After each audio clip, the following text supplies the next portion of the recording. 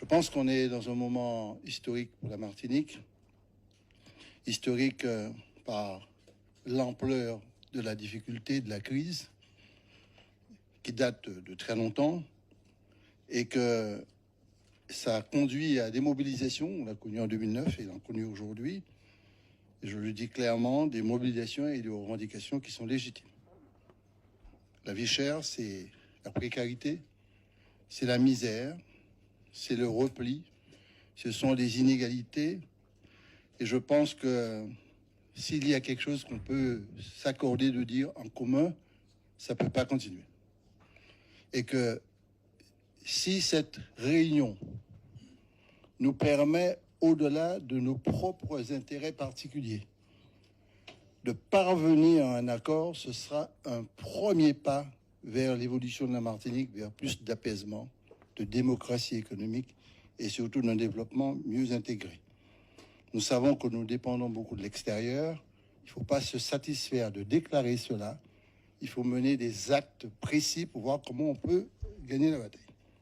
J'ai donc décidé, avec le président Salibert, d'ouvrir la porte de telle sorte que l'ensemble des acteurs puissent, et les personnes concernées, débattre de manière sereine, de manière apaisée, j'insiste beaucoup, de manière respectueuse, sans acte, soit sur le plan verbal ou autre, de sectarisation ou de racisme vis-à-vis de qui que ce soit. J'insiste beaucoup là-dessus. Je compte vraiment sur vous. C'est le message que vous nous ferons passer, l'ensemble des élus de la Martinique. La CTM, c'est la maison du peuple.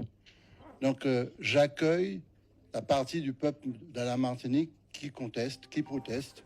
Et c'est une démocratie et c'est légitime qu'il y ait ce genre de choses-là.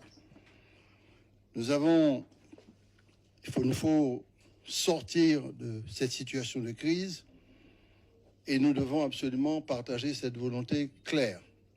Ce que j'ai entendu depuis un moment démontre une chose qui est sans conteste. Il nous faut à la fois faire baisser les prix. Bien sûr, il y aura des divergences sur la quantité, tout ça, la nature, les taux, etc. Il y aura des divergences, mais ces divergences, de mon point de vue, il faut les exposer et accepter que chacun soit quelquefois en contradiction pour trouver le moyen de le faire.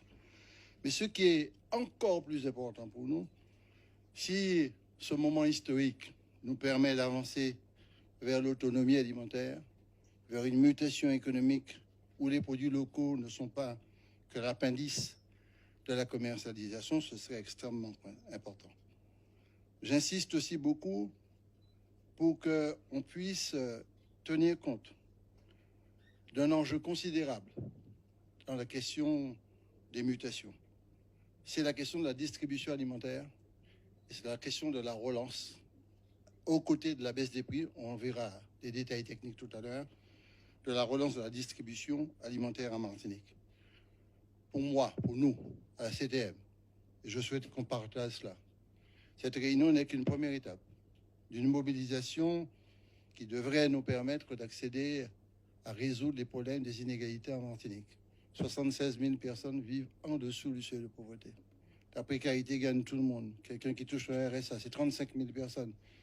Les 400-500 euros de RSA passent dans ce qu'on appelle l'achat de l'alimentaire de base. Nous allons avancer en allant très loin sur la solidarité humaine, panier de la ménagère. Nous irons très loin dans les outils nécessaires, au-delà des outils fiscaux, financiers, transports, qui Bocaï, Martinique, en mettant en place un marché d'intérêt territorial pour la Martinique, pour permettre de conjuguer les efforts. Nous allons démultiplier les efforts pour qu'on aille vers les circuits courts, beaucoup plus, dans nos cantines et dans nos hôtels. Nous souhaitons véritablement que lorsqu'on rentre dans un centre commercial, ce qu'on voit d'abord, c'est d'ailleurs notre être, notre intérieur, notre capacité de créer, c'est-à-dire la production locale.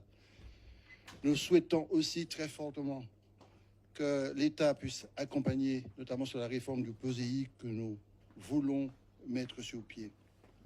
Bien entendu, chers Martiniquais et Martiniquaises,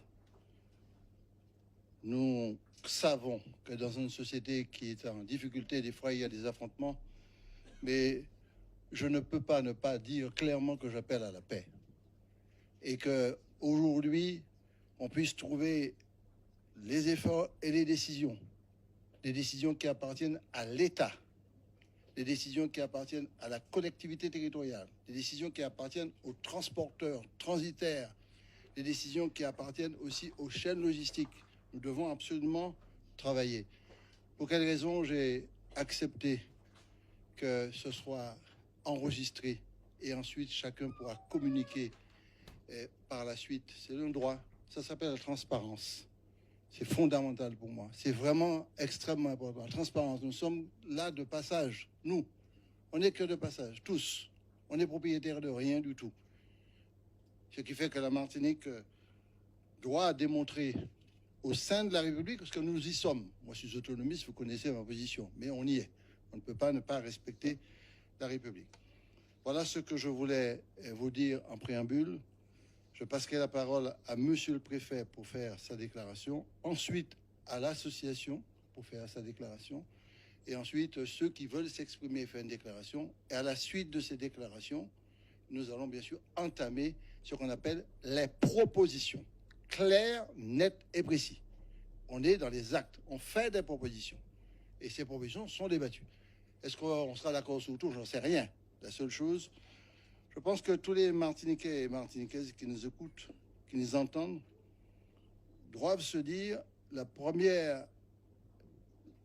des objectifs qu'on devait respecter, et je ne dis pas que vous ne le faites pas, mais qu'on exprime à la fois dans l'humilité de notre être, de notre personne, la capacité de transcender nos intérêts particuliers pour pouvoir regarder face à face la mère de famille ou le couple qui touche 500 € par mois et qui est dans l'incapacité de finir et donner ses enfants à manger dans de bonnes conditions.